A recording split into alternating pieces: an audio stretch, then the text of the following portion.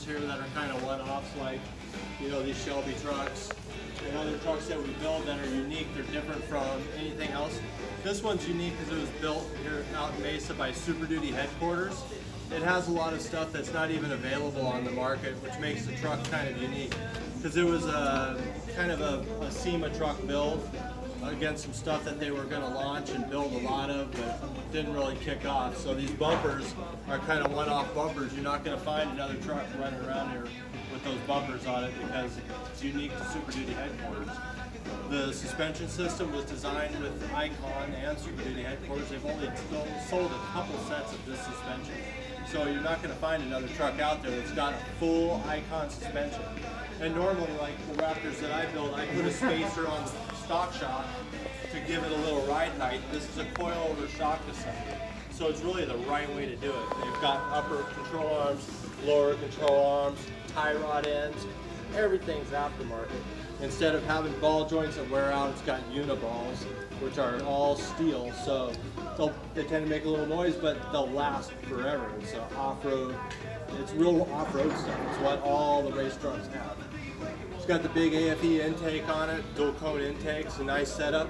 You guys see that big intercooler in there? Mm-hmm. To run that kind of intercooler and that kind of airflow through these engines, they require a special tune, which this truck has, which is all smog legal too. And it comes with a handheld controller in the back. So this thing's pushing, I don't know what the number is on it, Jake. Do you know what the number is they said? I'm sure it's equal with the Shelby. It's got to be the 525 because that's about what you can push out of an EcoBoost. Fenders and quarter panels are not aluminum, they're fiberglass, which are custom to the truck too. You don't see that on too many of them. So if someone, you know, notices the little spider cracks on it, Jake, that's a sign of fiberglass fenders, and that's the way that they are. So overcome that with a wrap, you know, flat black the whole truck or something cool, you know, or change your color on your truck every couple of years. But most people that have fiberglass know that that's fiberglass life. You're going to get that, and there's nothing, don't offer to repaint it, because it's not going to help. It will not survive a repaint. He's got a racing radio antenna already mounted in there. It's all wired up for Lawrence and everything, but I don't know where the controllers are, but it's pre-wired for it, so all you got to do is buy a Lawrence control head. You'll have a race plotter for the truck. He's got an air system on the truck. There's two bibs right back here inside the rear fenders. You can see them right back in there. It's like a little nozzle hanging down. So what that's for is if you're going off-road or going in the sand, you can air down all your tires down to 20 PSI so you get traction in the sand, and then fire up your compressor and air your tires back all up so you can drive on the road again.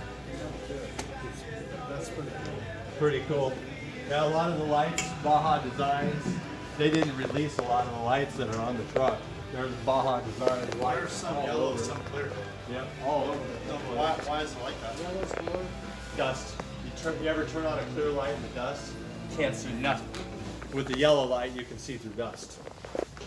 Must have in the dust. You see he's got the tool kit back here. He's got a can back there, which is for nitrogen for the tires. If you want to air up with nitrogen, he's got a nitrogen tank. The guy worked for Apple Computers, so he had, you know, endless amount of iPads and Macs and stuff to trade for all this stuff. If you go out and try to build all this stuff, I mean, it's 40 grand. So, obviously, you know, the guy was trading all kinds of good stuff for it. It's got bump stops, it's got springs, it's got everything you could possibly add to one of these trucks. It's got it.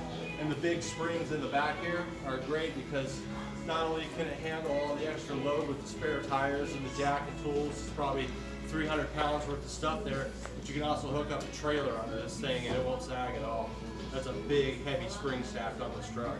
If you got a guy that's looking to tow his little camper with it, this doesn't have a Raptor-based payload anymore. It'll pull more than a regular Raptor.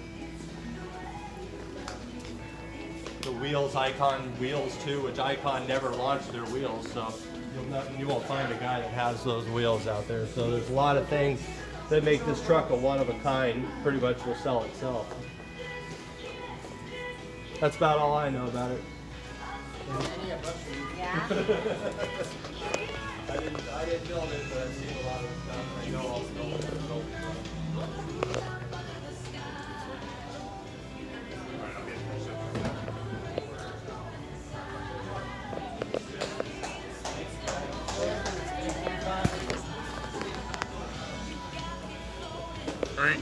What chopping?